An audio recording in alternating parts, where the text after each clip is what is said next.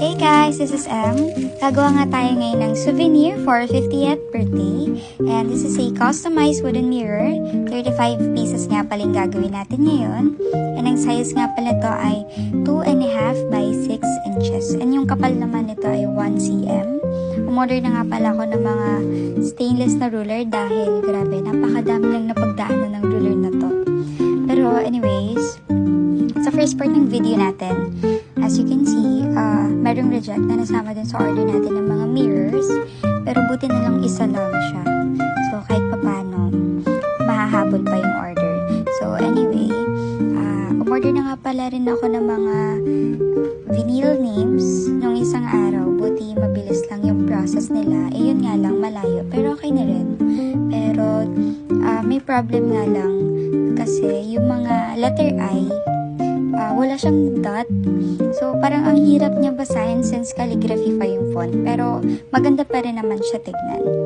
So, eto, ginamitan ko nga pala yan ng smack card.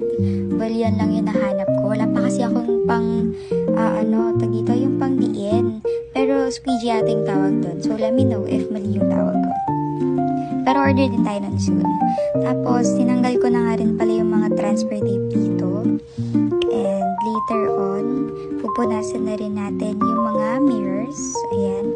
Katulong ka pala dito si Tita Emmy para at least mas mabilis yung paggawa.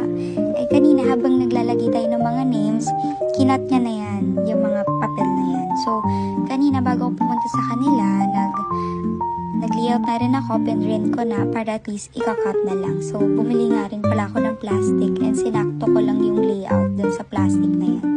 Para at least, mas presentable, diba? And this is the final look. Ayun, yun yung video bago siya papunasan. So, pinunasan syempre para at least presentable. And that's the final look, guys. Diba?